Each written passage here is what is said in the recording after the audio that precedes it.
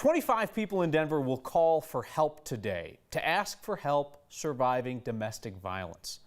We'll hear more of their stories this month, Domestic Violence Awareness Month. We also wanted you to be aware of some successful solutions for domestic violence survivors. Here's Steve Stager.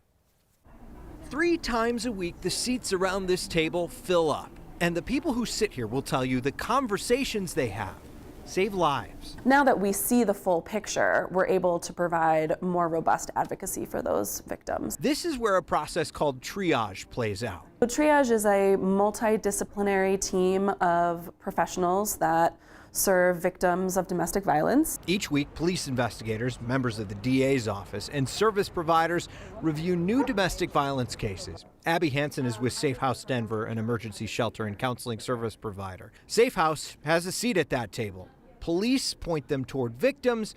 They point police toward best practices to help them. We're able to provide insight into a trauma response. Why might a victim be acting or reacting in a certain way? Before these meetings, everything was disconnected. We would rely on our clients to tell us from their perspective what's going on in their case. And as you can imagine, because of trauma and crisis, the information is very mixed and they might not really fully understand. Triage has been happening for more than a decade in Denver, and 3 years ago that idea spawned something else, the Rose Andom Center. The idea was have a place where a victim can walk through one doorway and touch all of those resources. Here, under one roof, victims can meet with investigators, get help from the DA's office with things like protection orders, and meet face-to-face with victims' advocates. I think success is when a victim feels that sense of relief and that sense of hope.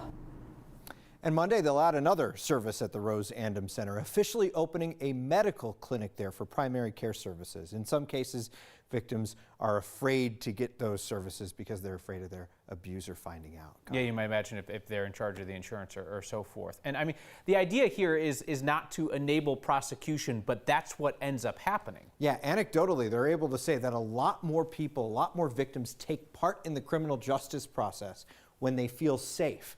And this process allows them to get those resources where they feel safe, then they feel more comfortable talking about what happened to them in court. Makes a lot of sense. Thank you, Steve.